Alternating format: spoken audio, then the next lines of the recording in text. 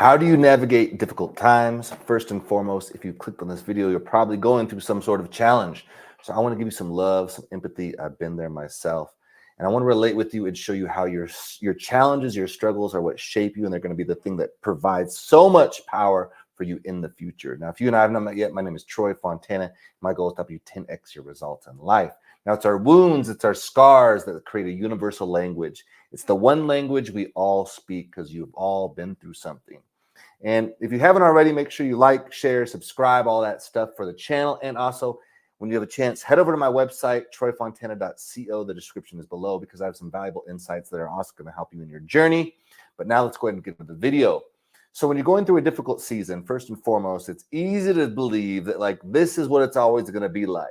Like there's a permanence to what you're facing. I want to encourage you and let you know that that's not the case. And that actually this moment is providing you an opportunity. And when you're in it, I get it. It's very difficult to see that. And I want to relate with you by sharing a little story of my journey. Growing up, school wasn't quite my thing. I always spent my time looking out the window, waiting for recess. Like, when is that bell going to ding so I can get my ass up on out of here? So when I graduated, I lost the things that kind of kept me sane. And for me, what kept me sane were sports, activities, the cheer of the crowd. All of a sudden, that was gone. And I was left to kind of figure out life on my own.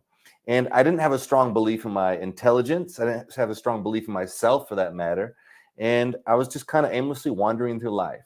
Fortunately, I found my way into a gym, and I got a job working at the front desk. Now, I wasn't very good at it. In fact, I wasn't good at it at all. I was like stumbling around, trying to answer phones, trying to like sign people up. I absolutely sucked at it. But luckily, I had a manager there that was like, hey, man, you ever thought about training people? And that brought like a level of, I guess, I felt like I was at home for a moment. Because again, sports, athletics were like such a big part of my life. So like the clanging of the weights, the smell of sweat made me feel like I was at home. And so I was like, yeah, let me like dive into this.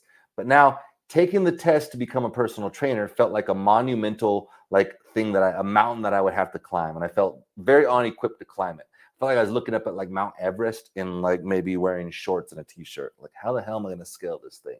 Because I really didn't believe in my intelligence at that time, my ability to do something like that. So nonetheless, there's an analogy that says, throw your hat over the fence. Because guess what? When you throw your hat over the fence, you got to go figure out how to get it.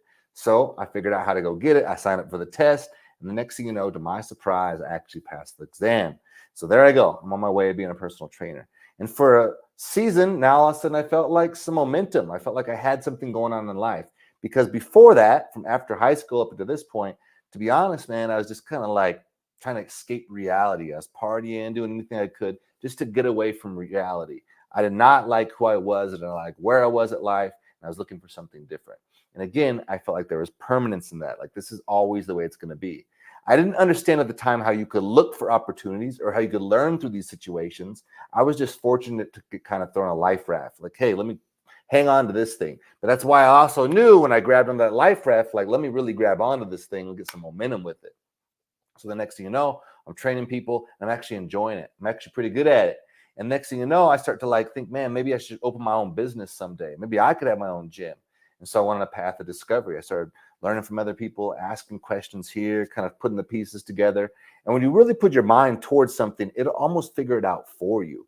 And so I started finding different alignment or connection points. And then one day, the next thing you know, I opened my own gym. And here I am, a drastic difference from the reality that once was, this time where I was, partying and just kind of trying to escape life, to now really engaged in life. I was like happy, man. I did it. I was proud of myself. And then that led to a lot of opportunities because I had momentum and I was like feeling it. So next thing you know, I'm on stages teaching other people how they can open their gyms or how they can learn through these different exercise modalities, different philosophies I was creating. And then I'm creating and running a mastermind group, teaching other business owners how they can do their thing. And I'm writing publications and my career is just like taking off. But then one day I hear the word recession and economy. And I'm like, what the hell are those? Like, I don't even know what those mean at the time. I'm like, I don't get it. And how can an economy collapse? In 2008, the economy collapsed. There was a massive recession. And my business had just expanded. I just bought 3 commercial units. I was growing my gym, had spread out, bought a condo at the golf course, bought a new house. I just assumed everything would keep going. But there you have it. Life throws you that curveball sometimes, doesn't it? And so I'm forced in this immense like level of pain. And at the time, man, I didn't have any understanding. Notice the word inner standing, right? I was simply looking outside of myself and I was in this very victimhood frame. Like, man, look at like life is throwing me a shitty hand and everyone else has it easy. And I started to literally like distance myself from everyone else, the reality around me, and come into a very dark space. Now, energy has to move. It's like it has a current to it. It's like currency, like money, right? It has a current to it. It has to move. You have to make some, you have to give some. It moves. There's a current to it. I didn't have no current. I was just bottling up everything that I was experiencing, pushing it down and taking it all personal. Like it was me who messed up here. And for years, I was just kind of buried under this collapse that I experienced. And I have a whole bunch of other stuff that went on. I'll share more of those in future videos. I also have a book coming out very soon that's going to detail that. And there's a lot of powerful insights. So again, if you haven't already, make sure you head to my website. You get that free mini course. You'll be on my newsletter. You'll get first notice when that book comes out. And it's all about how you can learn from your past experiences. And of course, subscribe and follow along because there'll be more insights and stories to help you on your journey. And so here I am. I'm at, when a man becomes broke, they often become broken. And I was a broken man. And so I started to see things differently. My world turned black and white. I went into deep depression, this heaviness, not being able to understand anything on the inside of what was going on. Understanding that, each challenge you face, each situation, each setback is providing you a golden opportunity to learn something about yourself and learn something about life. I couldn't see that yet. I was still in the victimhood frame. Like everything is against me. And like one of the mantras I carry now is like the universe is working for me, not against me. Because when it's working for you, you look at, okay, there's a situation that's a challenging situation or a challenging moment. What can I learn from this? What can you take away from this moment, this experience? But when you feel like everything is happening to you, you're just stuck, you're trapped in it. And there I was. So I go on about life until I hit what's called like a rock bottom moment. That heaviness, that density, it just kind of pulled me down to where I was ready to honestly like give up in life. But when pain hits an extreme level, sometimes it opens a little window, a little golden opportunity to kind of move and to see life and things differently. And I saw that moment. And it was kind of funny because it was displayed in this little example, this little story I'll share with you. I was at home one day, and when I was at home, I was really frustrated most of the times because our house was very, very small. All three of my kids shared one room. And I used to look at that with like this reflection of inadequacy of myself, like how terrible of a father I was. All my kids had to share one room. And for whatever reason, that rock bottom moment, it's almost like you bounce from the ground sometimes, like a little moment up, to give me a little upward momentum. And that day when I looked at my kids, I noticed they were playing, they were laughing. They weren't affected by the small room. And it kind of gave me a moment of perspective shift. It's like putting on new glasses. And I looked with new glasses at this situation and I was like, wait a second. They're not affected by this. They don't see it as a bad thing. In fact, they're like really close. Like my kids have a really strong bond. Maybe it's me who's creating that reality. It's me. I'm the one who's perceiving this as a bad thing. And so in that moment, I started to like look at things differently. And it literally hit me so hard, I started to like tear up.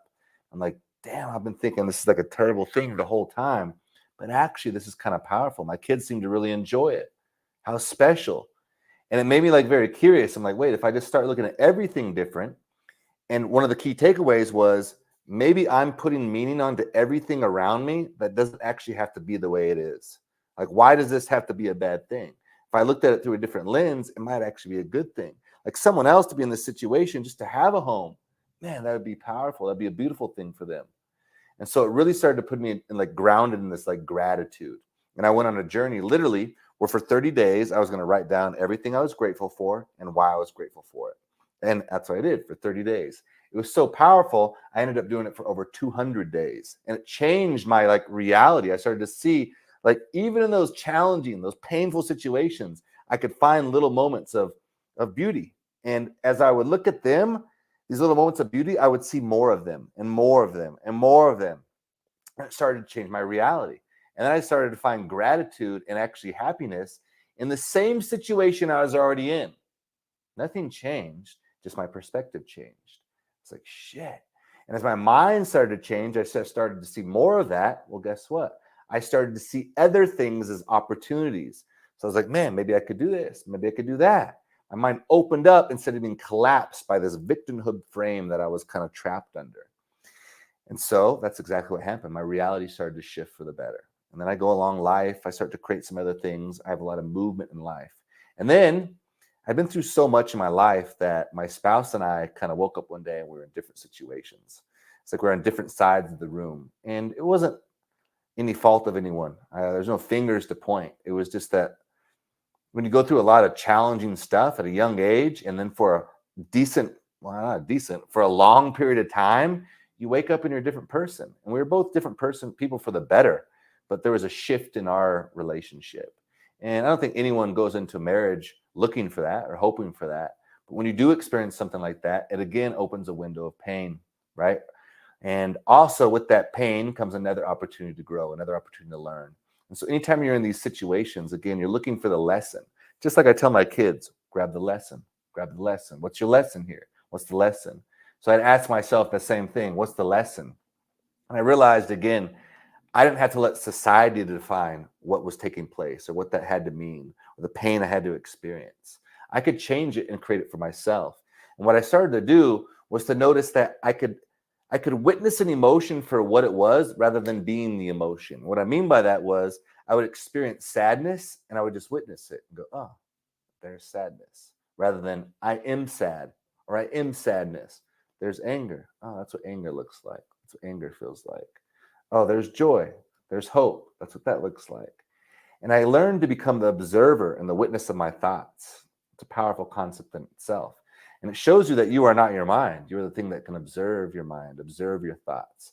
And this actually took me deeper into myself. It brought more presence, more stillness, more calm, more centeredness, more groundness. All very beautiful gifts because it brings you in the here and now. And the here and now is where life exists. And so I was actually beginning to experience more life. And then one day, I wake up with the challenge that you see here, me missing part of my ear, scar on my head, a near-death experience where a friend of mine, very close friend at the time, for whatever reason, kind of lost his stuff and attacked me and almost damn near killed me. And so then I'm presented with another situation. How do I move forward? And having been through all I had been through, and again, there's a lot to the story, so that's why you want to make sure you head to the website, troyfontana.co. It's in the description below. Make sure you're part of that newsletter so you can stay informed and in tune, and also you're subscribed so you can follow along here on the channel. But I've been through so much that I had only one option. I'm like, man, I got to move forward. I got to look at this as the bright side. I got kids. And so rather than looking at my ear with like disfigurement, like, oh, it's so bad, I was like, no, I'm still alive. I'm still living. It's a reminder to step into life, to play, to experience. And it really taught me to learn to live, because until that time, I'd always put things off. Oh, we'll go on that trip when I have this much money, or when I get to this point in my career, then I'll do that. And it just kind of turned off or it put the shot clock on. It just was like, yo, everything is on zero. We're just taking shots. We're shooting, we're going. And so I realized nothing had to be grandiose, meaning like waiting for that vacation to go across the country and do this. Rather, I could just hop in the car, drive 4 hours. For me, I'm at the ocean in 4 hours, show my kids this cool experience, go to a national park that costs $10, maybe pack some food with us, go here, do that, call this person, say hello, try the new thing, whatever it is, just start taking the shots and really start to live. So you see that all your challenges, all the pains you face always present an opportunity for growth. And so what I want you to do is, rather than looking outside of yourself at the problem, at the situation. Now, if you can control something, control it. Do your best to adjust to make the situation better. But where I want your lens, where your gaze to be, is inward toward yourself. What do I need to let go of? Maybe I'm holding on to something too tightly. Maybe it's a relationship. You're holding on to this person too tightly. You want them to change. You can't control that. That's out of your control. Only you can control what you can control. So you have to let go of that. When you think of letting go, it's like a dog like chews a chew toy, right? It's like, and you're like, drop it. And then it just drops it. Sometimes you just got to drop it. Just let it go. Let it go. Give them their space. Or you have this hope, this dream that you wanted to come true, and it's not working out. It's not manifesting in your timeline. Just drop it. Let it go. See what the universe has in store for you. Or maybe there's just some painful situation, some resentment of someone or something in the past. Let it go. The past is dead. The past is gone. Learn from it. Extract from it if you can. But other than that, let it go and move forward. So everything you're going through, everything you're facing is presenting you an opportunity. It is not permanent. It will move. It not only will it move, it's going to provide you powerful, like so much power into your journey as you move forward. It's crafting you. Remember, you can't truly appreciate like being satisfied with like food if you haven't experienced immense amounts of hunger. You can't fully experience what it means to have a refreshing glass of water if you haven't first been thirsty. You can't understand the true value of being rich if you haven't had poverty before. And so your palate is being ripened, it's being satiated as you move forward in this new reality. And so I send you love. And again, make sure you head over to the website, you click the link below, you subscribe, and I look forward to sharing more with you. And I send you so much love on your journey. You got this. It's a powerful moment and it's shaping who you are. Until next time, peace, my friend.